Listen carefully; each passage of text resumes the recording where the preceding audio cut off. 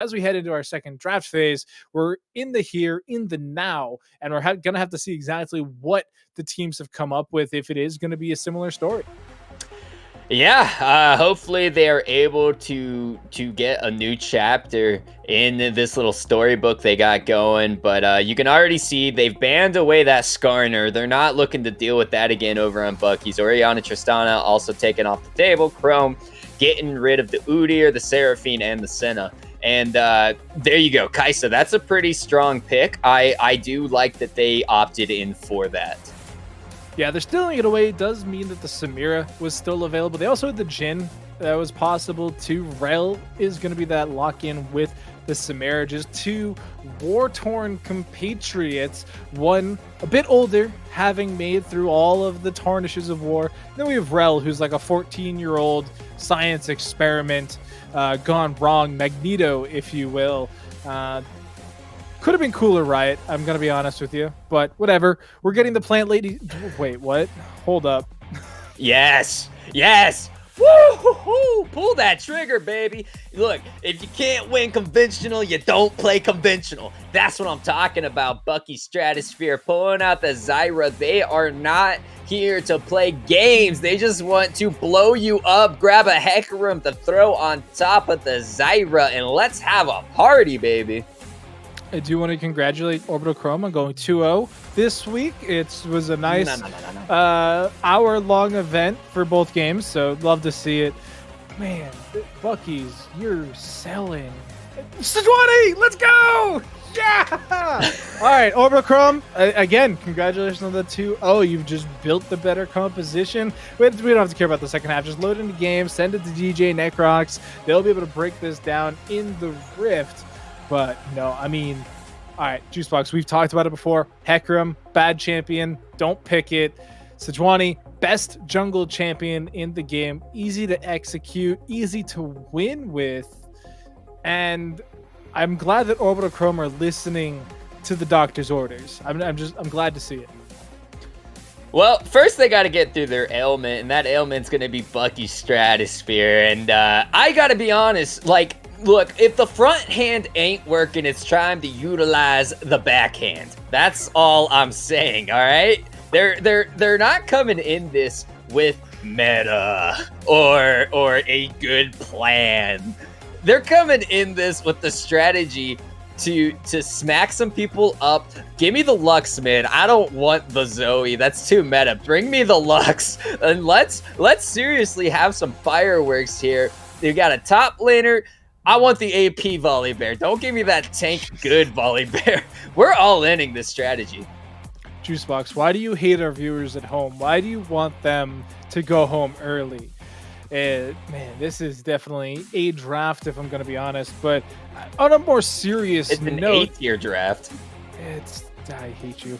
But Bucky Stratosphere, being serious for a moment, they do have a lot of explosiveness, like you were talking about. They do have that Zyra lockdown, comboed into the Lux, Volibear, Hecarim being those dive buddies, those bang bros, if you will, and they're going to be able to really mess up these towers in a certain way because they disable it, then they continue the dive, they keep pressing the go button. Kai'Sa able to flit in and out of the team fight and do a lot of damage. There's a lot going on here, and there's a lot of unconventional wisdom to be had if they can actually land their abilities. Whereas when you look at Orbital Chrome, they can't miss. Essentially, like, they have champions that are so tried and true, so predictable in what they do, but they're just stat sticked into oblivion. And once they hit a certain point, they're going to be incredibly difficult to deal with when you have the damage of the Samira and the Camille, the tankiness of the Rel and the Sejuani, and then Syndra.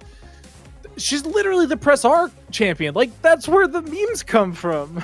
Hey, Bucky's went for the press R champions last game. You saw how it worked out for them. So having a little taste of your own medicine, Orbital Chrome. Look, seriously, when conventional means don't work, it's time to bring out the queso.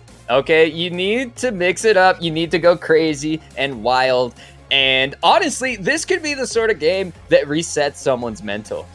You see this all the time the amateur best of fives. If game one, a team gets completely blown out, game two, sometimes they will draft champions with the meaning for having fun and for blowing off some steam. I don't hold this against them. I think it's actually an interesting tactic to go with. Is it going to win the game? Who knows? Probably not. It's definitely, they don't have S tier champions in anything but really just the 80 carry role. But honestly, that didn't work for you. So why would you go for that again? You know what I mean? Yeah. I do think Kaisa can kind of be a catch-all. She is very strong. Like you said, she's S tier. You don't have a lot of support for her, though, which is a lot of times what we do see. And it's what actually worked in our first series tonight. So Kaisa is going to be left on a bit of an island in these team fights. It's completely up to her to stay alive and use those void instincts to just try and weave in and out. So it's a damage composition. Literally every member here can do the damage needed to win. And so, a very big question mark for me is going to be Slim Kim on this Volibear into the Camille. We saw last game, they had the Camille into the counterpick Gnar, and so now they've kind of been counterpicked themselves, and we saw how it went the first time. Well, we're going to see how it goes this time, because honestly, things can't get worse. So seriously, if they can just keep if they can just get the ball rolling with this composition, there is a chance that they can literally just sprint away with the game. They need a few things to go their way, right? They need to get some kills on the Hecarim. They need to get some kills on the Kaisa. Even Zyra. Eben on that Zyra. If she can come away with a few kills in lane, that Zyra support will still blow you up. And you don't want a team fight. Oh, I know one. Yeah, right. Yeah. You don't want to team fight Orbital Chrome. They're gonna kill you pretty hard. What you want to do is you just want to basically pull an Orbital Chrome onto Bucky's and try to hard win every single lane. And maybe you can win before 28 minutes, before everybody comes online on Orbital Chrome and you're kind of irrelevant. Bit of a time crunch, you're going to be honest, Juicebox. And now, if I know anything about you, you're headstrong, you pick the wrong answer a lot, and you tunnel in on the wrong answer a lot. So are you going to change your prediction from game one? Are you going over to the Bucky Stratosphere squad? No. All right, then. With that, we are going to kick it to a short break. In a second, you will have the sounds and tribulations of Necrox and DJ combing through your ears, resting on your laurels, and you aren't going to want to miss that. So stay tuned. We'll be back in just a second with game two between Bucky Stratosphere and Orbital Chrome. Let's go, Bucky.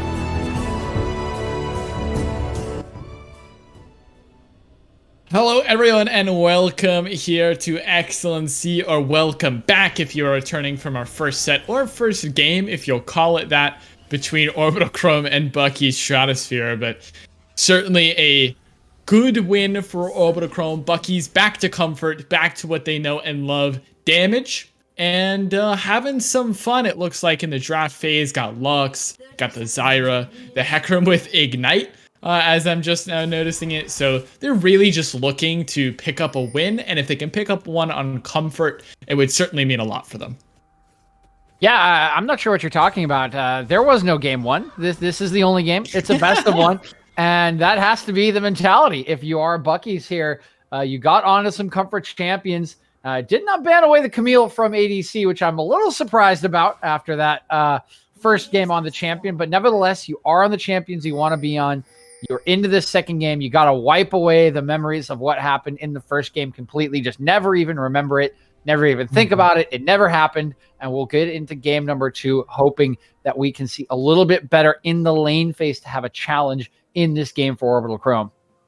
Yeah, and that's what we were talking about, and our analyst did a good job picking up on as well. It's if you can't get to the team fighting stage with a relatively even game state, don't draft it. Don't worry about picking power picks and drafting the super cool comp that can pull off clean engages and one-shot their team. That's not what you need to be doing. You need to make sure you can get to the mid game where you have a fighting chance in order to pull off some sort of, a team fight or some sort of an objective play. And if you're 5-6k cold behind at 15 minutes, you're never going to be able to do that. So I like what Bucky's are doing here. Play what you know, get out of laning phase, and then start worrying about the later game as you cross that bridge. But certainly looking to cross a bridge this game, as the bridges were burned in game number 1. Yep, pretty standard start here for both of the teams. Of course, Sejuani not going to be looking for too much pre-level 6, although we do have an engage in bot lane. Evan, level 2 is ticked though. They root up the Samira well, so there's no follow-up there with that dash, and Nelson gonna miss the stun as well. So perfect play there by Limitations and Evan not to get caught out by this deadly duo. And here we go, the lane gank may be on. Slashtiv, though, gonna be ganked as well, forced to flash. Slim Kim gonna have to flash away from this when the stun is there. The flash finally comes through, and flash for flash on either end of Summoner's Rift. Yep, good timing on both of the flashes that we just saw. One from Slashdiv in the mid lane. The second one here from Slim Kim in the top lane. But in trouble is Slashdiv. Has no flash. He has no flash. The Arcane Comet won't take the kill. It's a Ray with the Ignite in the mid lane that'll pick that one up. And it's first blood to your boys. It's Bucky. Yeah, and a great start for Bucky's array. Picks up the flash on Slashdiv, sees the wave state, is in favor of Silver Spurge, just says, hey, I'm coming right back, and gets the dash in onto Slashdiv. They take him down, and a great start for Bucky's. That'll be a huge encouragement for them after that game number 1. Good start here to game number 2. Yeah, and you can see Nightmare doing his best to counter jungle here, as Array was on the map nice and early, but Array gonna be happy to do the same thing, as he'll take away the Gromp, take away the blue buff as well. So Array coming out just about even on this trade, and Bucky's looking much better. They got the Zyra, they moved up into mid lane, putting a little bit of pressure on Slashdiv as well.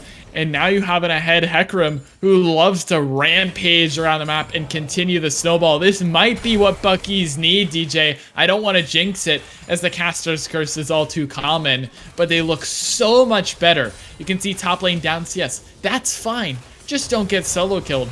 Mid lane doing well, bot lane doing well. This is really what Bucky's need to be doing at this point. Yeah, absolutely is the case, although Silver Spurge might be in some trouble here. Very low on mana. Of course. I would say it.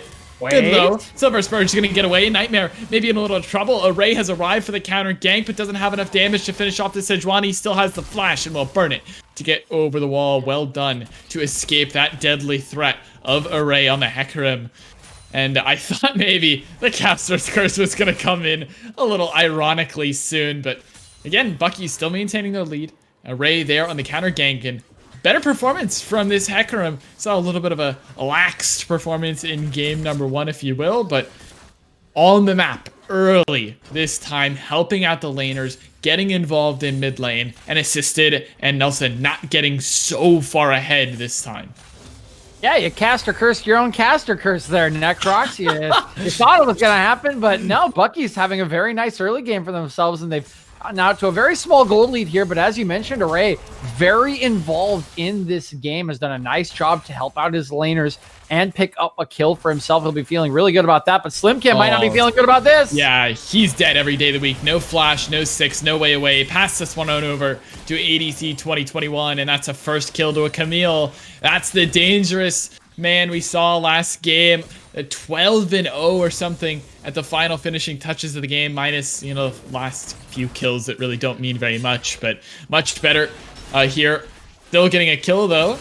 Nelson will be rooted up. That's a lot of passive stacks. That's a lot of damage. And would you believe it, DJ? It's a 2v2 kill for Limitations and Eben, who got styled on last game's. Array looking forward with the Ignite, and he's solo killing Nightmare in his own jungle. Is this opposite day? It's Bucky's.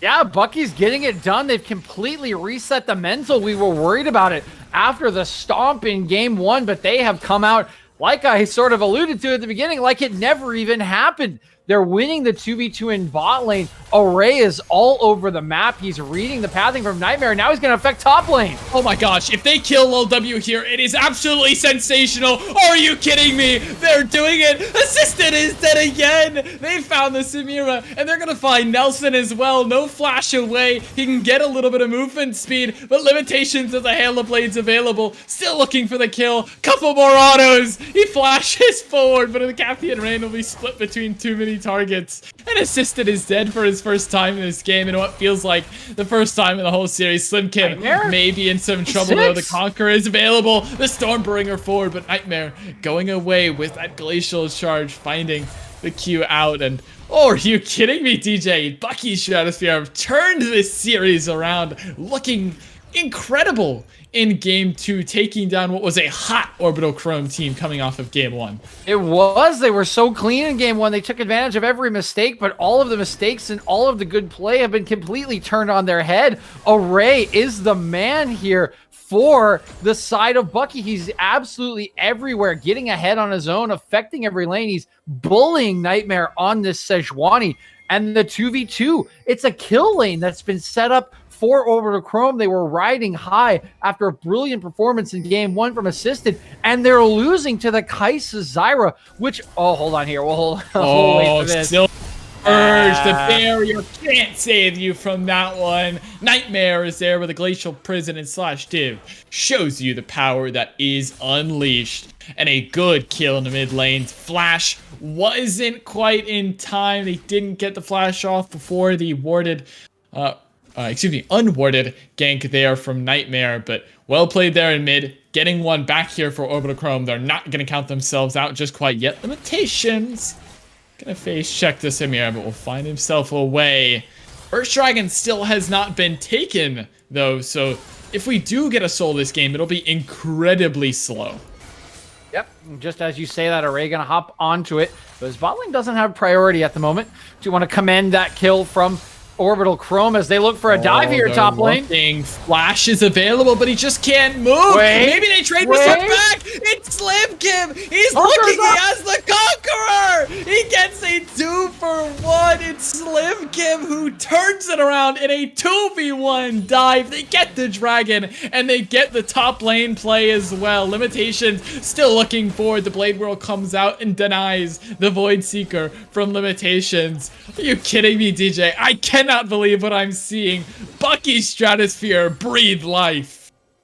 Yeah, they are breathing a ton of life. Array gets a free dragon. They decide to, when they saw him on the ward, they had a, oh boy. Oh, you're dead. Okay. Oh, you're still dead. Oh, Flash. Yeah, he's still dead. Hey, oh, there's the Ignite. Ignite, I love it. The fadeaway Ignite.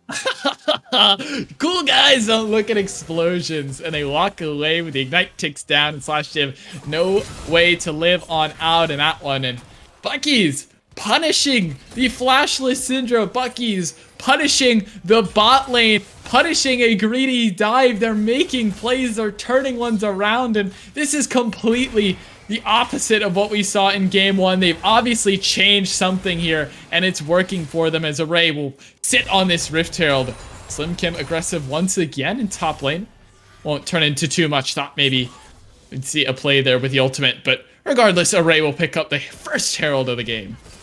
Yeah, let's talk about what they've changed. Is, you know, we sort of heard a lot of memeing about their draft, but one of the things that the analyst desk wanted from them is, hold on, here's, we might have an engage, but it looks like they should just be able to walk away. They will.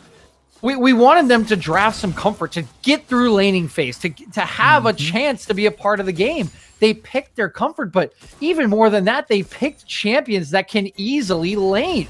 Yeah, Lux is not a meta pick, but she has range. She can farm easily. Oh my word! What the hell? Limitations is going in on this one. He might pay for it, though, and indeed he will. That was a little too aggressive. Stormbringer in top lane, though, will trade it back on the other side of the rift, but Limitations and Eben getting a little ahead of themselves with that killer instinct, trying to find it, but you have to remember the Blade World denies all of a Cathian reign.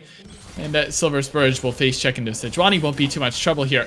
But that is not what you want to see. You can't give away kills like that to Assisted. We know what he can do when he gets ahead. Absolutely. And that's the first real mistake that Bucky's has made this game. Just not respecting the Blade World, not respecting the CC that was still available on the Rel, and Limitations just gets caught up way too easily going in on the support.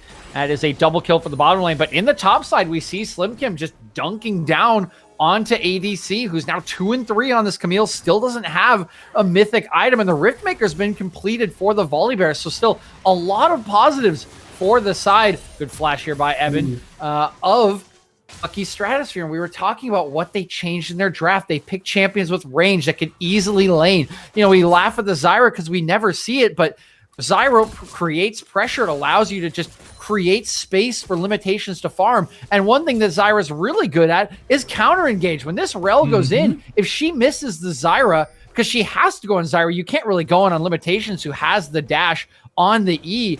It's just an easy route into the follow-up. Oh, that's a one-shot. Dead.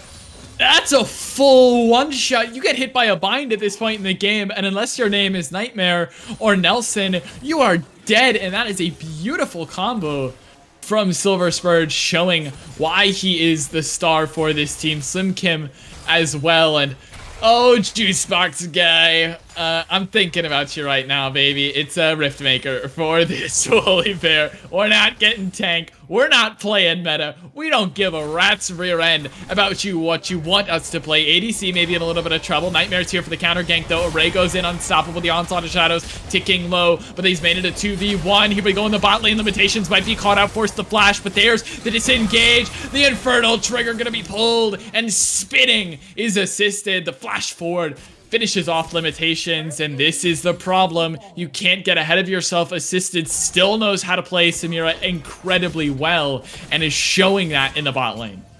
Yeah, it's starting to become a tale of two lanes as, oh boy, Slim Kim's in trouble. No, he's dead as well. The mistakes, DJ, they're costing them so hard. You can't get greedy. You can't press the issue if you know you aren't going to be able to make the play. And just like that, the gold lead has dissipated. The kill lead has shrunk, and Orbital Chrome may be daunting here as Bucky's need to keep a hold of this lead, or things could sink back for them in an 0-2 way. Yep, and it certainly can, as a couple mistakes being made here. Positives for Bucky. They still have a 2K gold lead, and they do have that first straight to their name. Now Array is on the second, and Array is still extremely strong. 4-0-1 with a 400 gold bounty on his head, and will be extremely strong no matter the state of the game. Can try to disrupt this Samira in the backline, who is growing in power. Assisted now 3-1-0, has a very good lead. Almost 800 gold on her bot lane counterpart there. Limitations. It is becoming a bit of a tale of two lanes, despite that mistake from Slim Kim. Still very strong on this Volibear, but now in a little bit of trouble again. Has to ult away.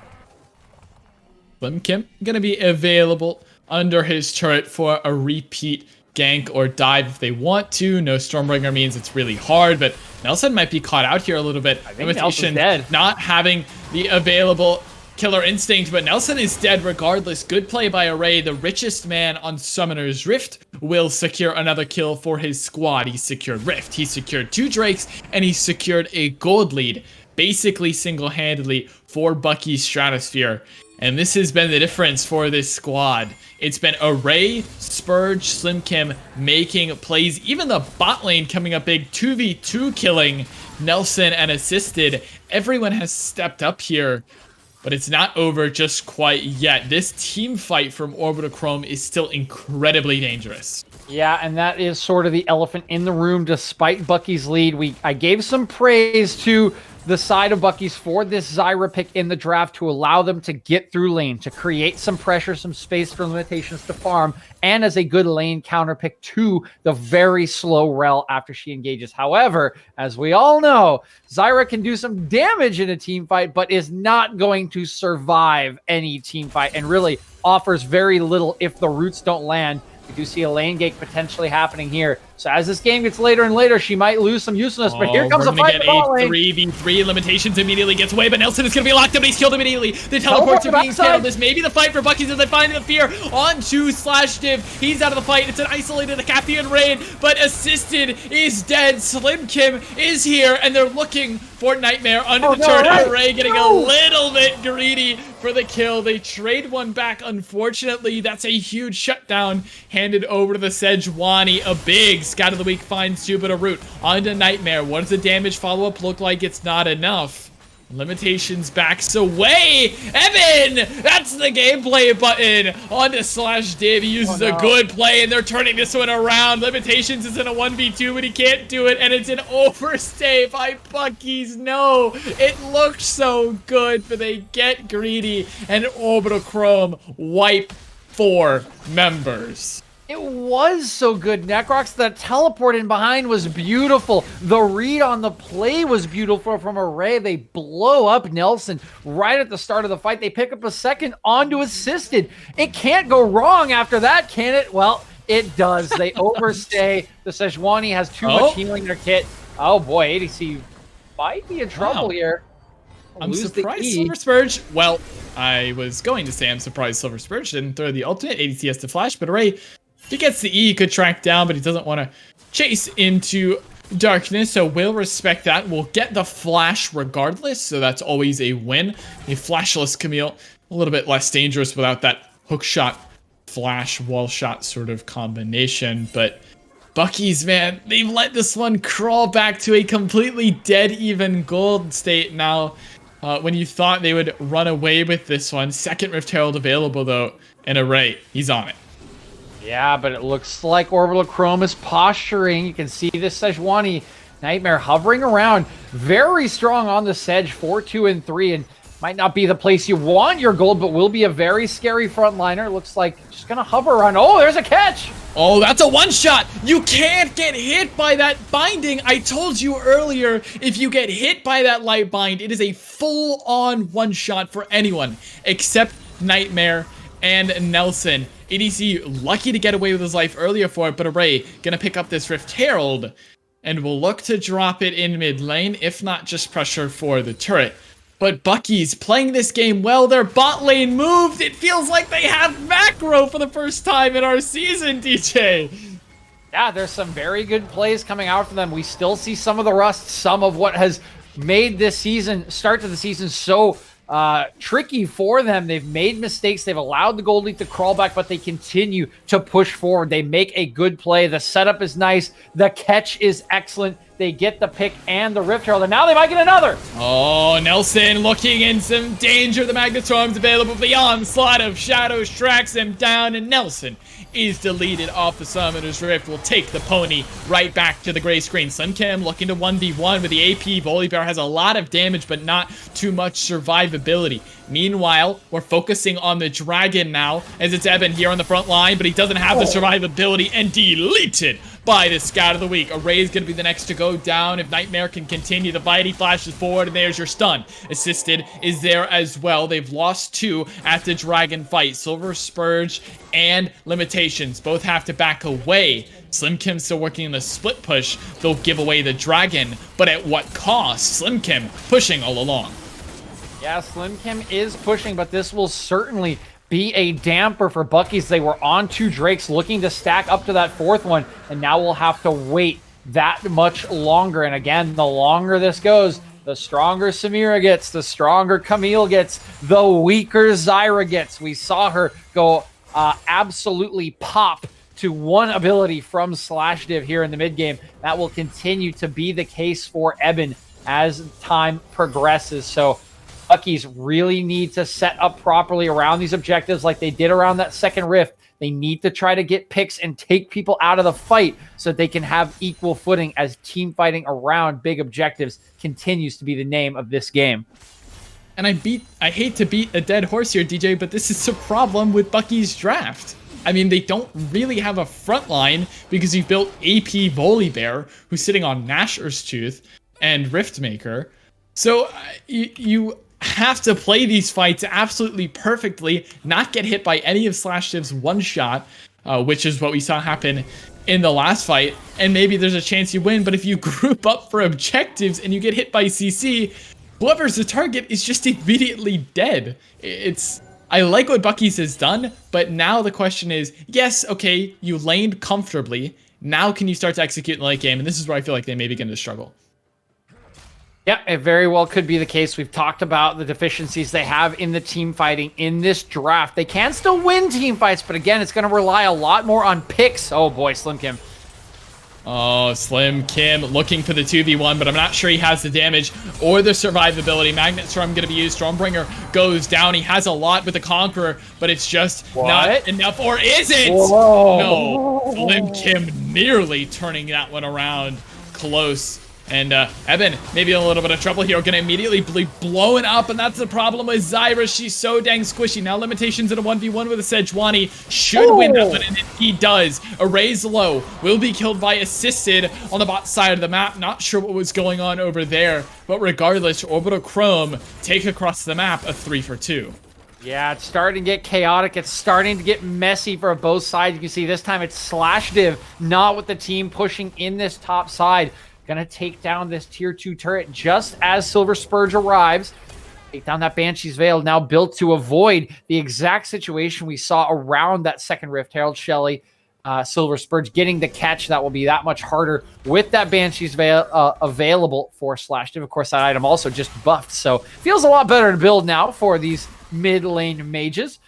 But continue to see it's gonna get tougher and tougher for Bucky's. They still are holding on to a tiny little gold lead, a tiny little kill lead. We'll see if they can pull it off. Again, it's going to take some good setup. They need to get these picks. I don't think they're going to win an out-and-out 5v5, especially with how tanky this Sejuani continues to get.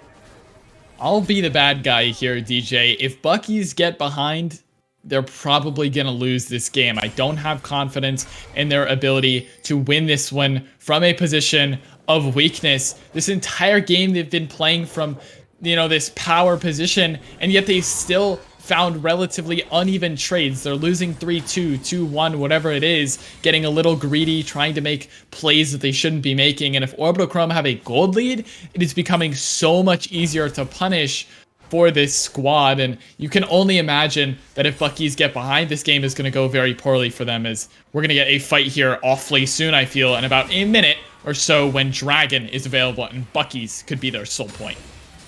Yeah, could be soul point coming in for Bucky's. This will be a critical fight. As you just mentioned, Necrox, it's going to get harder and harder for Bucky's. We want to see the hope in this comp, but we've harped on it.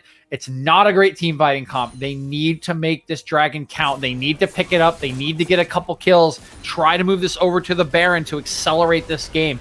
They have a decent sieging comp. They've got a Lux and a Zyra. That can be terrifying when you're standing under a turret, clearing a wave. The follow-up from Array would certainly come in along with Slim Kim to turn that tower off, but they need the Baron to get into that siege situation. Yeah, you can see they're not anywhere near it. All 3 lanes are pushing to Orbital Chrome, and I feel like Bucky's have let off the gas pedal. They're the team that should be commanding this game with their lead that they have accrued, but they just don't have the confidence to step up and put down wards. Array's gonna find one, a great binding over the wall, hits Nelson, he gets away with the Pheromones, he crashed down, Ignite ticking low. There's the ultimate over the wall, the Glacial Prison, Evan goes golden. There's the gameplay button, it's gonna go through the limitations. He's low, has to flash away. Slim Kim's here in the back end of the fight, Stormbringer out, but he's locked up in the Hextech Ultimatum. Remember, he's not tanky, he goes down. The binding connects into one, but Nightmare's still here in the front line, and every ultimate has been burned on the side of Orbital Chrome. They have to commit everything to the fight, and they do so. They find the top laner, and because of it, they'll claim Dragon. Yeah, they should claim the Dragon. They're taking it now. Array's trying to get in here, but he's going to get caught and probably taken down. He's going to face check into assisted. The Infernal Trigger going to go forward. The fear is there, but the shield bow is there. So much lifesteal, and he doesn't die just quite yet. Comet will not kill assisted, but the Leandries will. The shutdown is passed over to Silver Spurge. TP's back in, though, and the pings are going towards Baron.